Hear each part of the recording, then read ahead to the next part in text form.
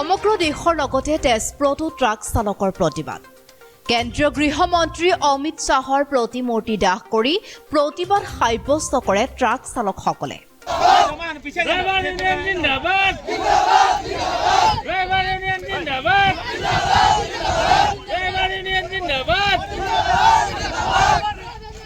আজি পৰিবহণ আইন সংশোধনৰ বিৰোধিতাৰে তেজপুৰৰ বেণ্ডুকুৰিত ট্ৰাক চালক সন্থাই বেণ্ডুকুৰিত এক অৱস্থান ধৰ্মঘট কাৰ্যসূচী ৰূপায়ণ কৰে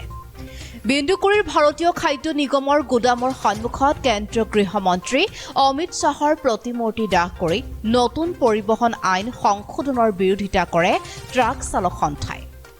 নতুন পৰিবহণ আইনখন সংশোধন নকৰা পৰ্যন্ত ট্ৰাক চালকসকলৰ ধৰ্মঘট অব্যাহত থাকিব বুলিও জানিবলৈ দিয়ে ট্ৰাক চালক সন্থাই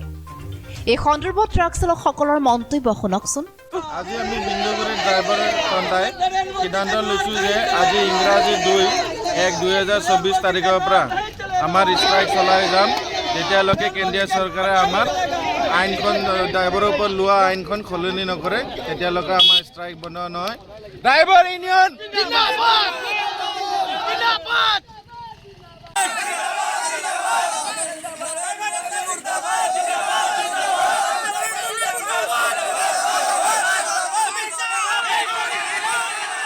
তেজপুৰৰ পৰা ৰাজীৱ কলিতাৰ ৰিপৰ্ট অগ্নিগড় নিউজ